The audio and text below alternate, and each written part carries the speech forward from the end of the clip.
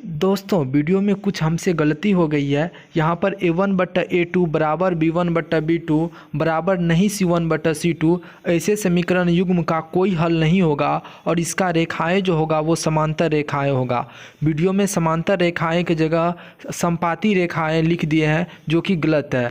और दूसरे नंबर में a1/a2 बराबर b1/b2 बराबर c1/c2 इसका अपरिमित रूप से अनेक हल होगा और इसका रेखाएं समपाती होगा, लेकिन यहाँ पे हम समांतर रेखाएं लिख दिए हैं जो कि गलत है। आप एरर को सही कर लीजिएगा, इसके बाद वीडियो को देखिएगा।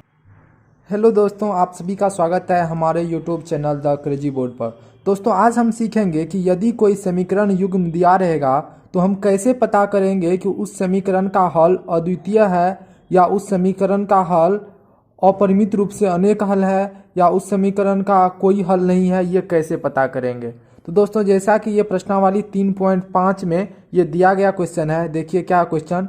निम्नलिखित रैखिक समीकरणों के युग्मों में से किसका एक अद्वितीय हल है, किसका कोई हल नहीं है या किसके अपरिमित रूप से अनेक हल है, ये हमको पता करना है। और बोल रहा है जिसका अद्वितीय हल है उसको वज्र गुणनखंड विधि से ज्ञात भी कीजिए।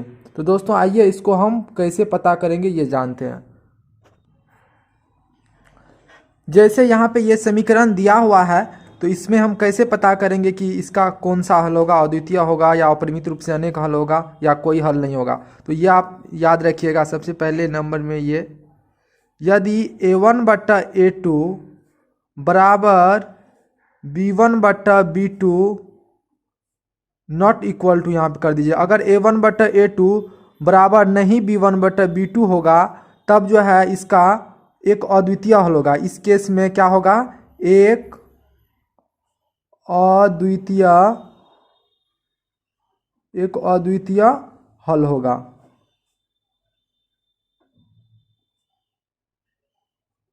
इस केस में एक अद्वितीय हल होगा और इसका रेखा जो होगा वो रेखा होगा आपको प्रतिच्छेदी रेखा है, प्रतिच्छेदी रेखा है। और दूसरा कंडीशन ये है, यदि a1/a2 बराबर b1/b2 बराबर नहीं होगा अगर c1/c2 तो इस समीकरण का समझिए कोई हल नहीं होगा। इस समीकरण युग्म का कोई हल नहीं होगा, कोई हल नहीं होगा। समझे। और इसका जो रेखा होगा ये रेखा होगा समपाती रेखा है, समपाती रेखा है। और एक और कंडीशन है, वो तीसरा कंडीशन क्या है, यदि a1/a2 बराबर होगा b1/b2 और ये बराबर होगा आपको c1/c2, अगर ये तीनों बराबर रहेगा तो इसका अपरिमित रूप से अनेक हल होगा। क्या होगा, अपरिमित रूप से अनेक हल होगा, अनेक हल होगा। और इसका ग्राफ जो होगा वो होगा आपको समांतर रेखा है, समांतर रेखाएं इसका ग्राफ होगा। मतलब तो यहाँ पे आप देख लीजिए, ये तीन कंडीशन आप अच्छे से याद रखिएगा। अगर a1/a2 बराबर नहीं होगा b1/b2 तो इस केस में एक अद्वितीय हल होगा और प्रतिच्छेदी रेखाएं होगा। a1/a2 बराबर b1/b2 बराबर नहीं c1/c2 होगा तो इस केस में इस समीकरण युग्म का कोई हल नहीं होगा और इसका रेखाएं समपाती रेखाएं होगा। और तीसरा कंडीशन है a1/a2 बराबर b1/b2 बराबर c1/c2 होगा तो इस समीकरण युग्म का अपरिमित रूप से अनेक हल होगा और इसका रेखा जो होगा वो समांतर रेखा होगा। तो ये कंडीशन आप याद रखिए और आप जो है इस तरीके से इस समीकरण को सॉल्व कीजिए। आइए सॉल्व करते हैं। देखिए ये समीकरण दिया हुआ है x - 3y - 3 बराबर 0, 3x - 9y - 2 बराबर 0। ये आपके एनसीईआरटी का ही क्वेश्चन है 3.5 का। तो आइए इसको समीकरण 1 मान लीजिए और इसको 2 मान लीजिए। अब सबसे पहले हम A1 क्या हो जाएगा इसका, तो A1 हो जाएगा यहाँ पे 1, तो A1 के जगह हम दे देंगे 1। उसके बाद B1 क्या हो जाएगा, तो B1 हो जाएगा यहाँ पे -3, क्योंकि 3 के पीछे में क्या है माइनस, तो -3 हो जाएगा। और C1 क्या हो जाएगा, C1 भी हो जाएगा -3, तो C1 के जगह भी क्या हो जाएगा -3। और दूसरा क्या है A2 अब निकालेंगे, तो A2 बराबर क्या हो जाएगा, A2 के जगह हो जाएगा 3, तो 3 लिख देंगे। उसी तरीके से B2 बराबर -9, तो B2 की जगह -9 और C2 की जगह क्या हो जाएगा -2, तो C2 की जगह -2 हो गया।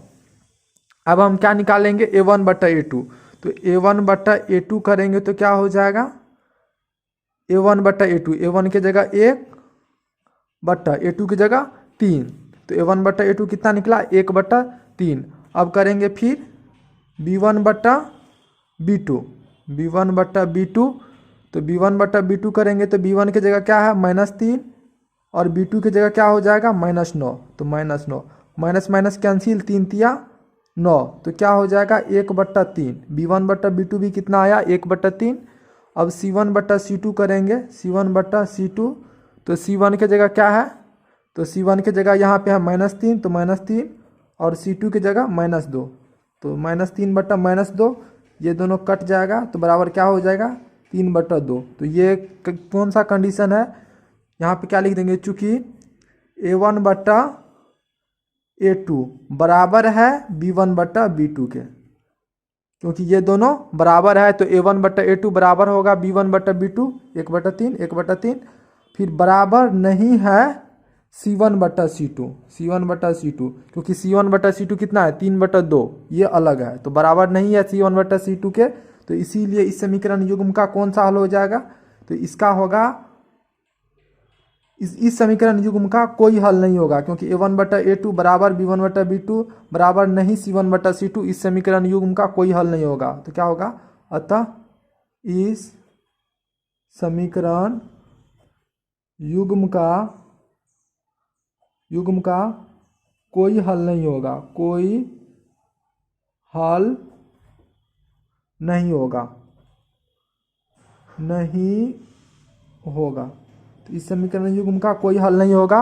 और इसका जो रेखाएं होगा वो रेखाएं कौन सा होगा, तो इसका रेखा होगा समपाती रेखाएं, समपाती रेखाएं। तो ये इसका आंसर हो गया। तो आई थिंक ये क्वेश्चन आपको समझ में आ गया होगा। आपको ये वाला 3 कंडीशन याद रखना है, और ये अगर आपको याद है तो आप किसी भी तरह के समीकरण को बता सकते हैं कि उसका हल अद्वितीय होगा या अपरिमित रूप से अनेक हल होगा या कोई हल नहीं होगा, ये आप इजीली बता सकते हैं। यहाँ पे देख लीजिए, ये दूसरा क्वेश्चन है 2x + y बराबर 5, 3x + 2y बराबर 8। इस समीकरण का कौन सा हल होगा, आइए पता करते हैं। तो A1 के जगह इसमें क्या हो जाएगा, इसको समीकरण 1 मान लीजिए, इसको 2, तो A1 बराबर क्या हो जाएगा 2, B1 बराबर क्या हो जाएगा 1 और C1 बराबर क्या हो जाएगा 5। अब उसी तरीके से दूसरा समीकरण में A2 बराबर क्या हो जाएगा 3, B2 बराबर क्या हो जाएगा 2 और C2 बराबर क्या हो जाएगा 8। अब उसी तरीके से निकालिए, A1 बट्टा A2 बराबर क्या हो जाएगा, तो A1 के जगह 2 और A2 की जगह 3 और B1 बट्टा B2 बराबर क्या हो जाएगा, तो B1 के जगह 1 है तो 1 और B2 के जगह 2 है तो 2। अब C1 बट्टा C2 बराबर क्या हो जाएगा 5 बट्टा 8। तो यहाँ पे हम देख लेंगे A1 बट्टा A2 बराबर नहीं है B1 बट्टा B2, उसके बाद निकालने का ज़रूरत ही नहीं है, क्योंकि इसका एक अद्वितीय हल होगा। यहाँ पे क्या लिखेंगे हम, चूँकि यहाँ पे नीचे में ही लिख दीजिए, चूँकि A1 बट्टा A2 बराबर नहीं है B1 बट्टा B2 के, C1 बट्टा C2 लिखने का ज़रूरत ही नहीं है, देखेंगे ही नहीं, क्योंकि पहले ही देख लेंगे A1 बट्टा A2 बराबर नहीं है B1 बट्टा B2, क्योंकि A1 बट्टा A2 2 बट्टा 3 है और B1 बट्टा B2 1 बट्टा 2 है, तो ये दोनों बराबर नहीं है। इसीलिए इस समीकरण युग्म का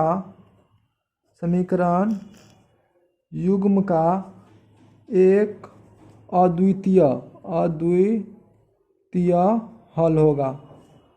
इसीलिए इस समीकरण युग्म का एक अद्वितीय हल होगा और इसमें रेखाएं कौन सी होगी और प्रतिच्छेदी रेखाएं होगी, प्रतिच्छेदी रेखाएं इसमें होगी। तो आई थिंक ये क्वेश्चन भी आपको समझ में आ गया होगा। आइए अब तीसरा नंबर क्वेश्चन को सॉल्व करते हैं। आइए ये तीसरा नंबर क्वेश्चन है, इसको भी आप खुद से एक बार सॉल्व कीजिए, वीडियो को रोक करके आप खुद से एक बार ट्राई कर लीजिए। तो इसमें a1 बराबर क्या हो जाएगा 3, b1 बराबर क्या हो जाएगा -5 और c1 बराबर क्या हो जाएगा 20 और a2 बराबर क्या हो जाएगा 6, b2 बराबर क्या हो जाएगा -10 और c2 बराबर क्या हो जाएगा 40। अब उसी तरीके से निकालेंगे a1 बटा a2, तो a1 कितना है 3 और a2 क्या हो जाएगा 6, तो 3/6 इसको काट करके लिखेंगे तो क्या हो जाएगा 1/2। फिर क्या हो जाएगा b1 बटा b2, तो b1 कितना है -5 और b2 कितना है 10, -10, तो -10, तो माइनस माइनस कैंसिल, 5 दूना 10, तो ये क्या हो जाएगा 1/2। अब फिर से लिखेंगे c1 बटा c2, तो c1 की जगह क्या है c1 की जगह आपको हो गया 20 और c2 की जगह 40, तो 20/40 इसको भी काटेंगे, 20 दूना 40 यानी 1/2। अब देखिए इसमें क्या है, तीनों बराबर है, a1 बटा a2 बराबर है b1 बटा b2 के बराबर है c1 बटा c2 के, तो लिख देंगे चूँकि a1 बटा a2 बराबर है b1 बटा b2 बराबर है ये c1 बटा c2 के, तीनों बराबर है, इसीलिए इस समीकरण युग्म का अपरिमित रूप से अनेक हल होगा, अपरिमित रूप से अनेक हल होगा, अनेक हल होगा और इसका रेखाएं जो होगा वो समांतर रेखाएं होगा, समांतर रेखाएं। तो आई थिंक ये क्वेश्चन भी आपको समझ में आ गया होगा। बस वो आपको 3 कंडीशन याद रखना है, उसके बाद आप इस तरह के क्वेश्चन को सॉल्व इजीली कर सकते हैं। इस समीकरण का कौन सा हल होगा आइए बताते हैं। इसको समीकरण 1 मान लीजिए, इसको 2, तो इसमें a1 बराबर क्या हो जाएगा, a1 बराबर 1 हो जाएगा, b1 बराबर क्या हो जाएगा -3 और c1 बराबर क्या हो जाएगा -7 और a2 बराबर क्या हो जाएगा 3, b2 बराबर क्या हो जाएगा -3 और c2 बराबर क्या हो जाएगा -15। अब a1 बटा a2 करेंगे, a1 बटा a2, तो a1 बटा a2 करेंगे तो क्या हो जाएगा 1/3, 1/3 और b1 बटा b2 करेंगे तो b1 कितना है -3, तो -3 और b2 कितना है -3, तो ये -3/-3 ये क्या हो जाएगा 1 हो जाएगा, ये कट जाएगा 3 और क्या आ जाएगा 1 और c1 बटा c2 अब निकालने का ज़रूरत ही नहीं है क्योंकि यही दोनों बराबर नहीं है। यहाँ पर लिख देंगे चूँकि a1 बटा a2 बराबर नहीं है b1 बटा b2 के, इसीलिए इस समीकरण युग्म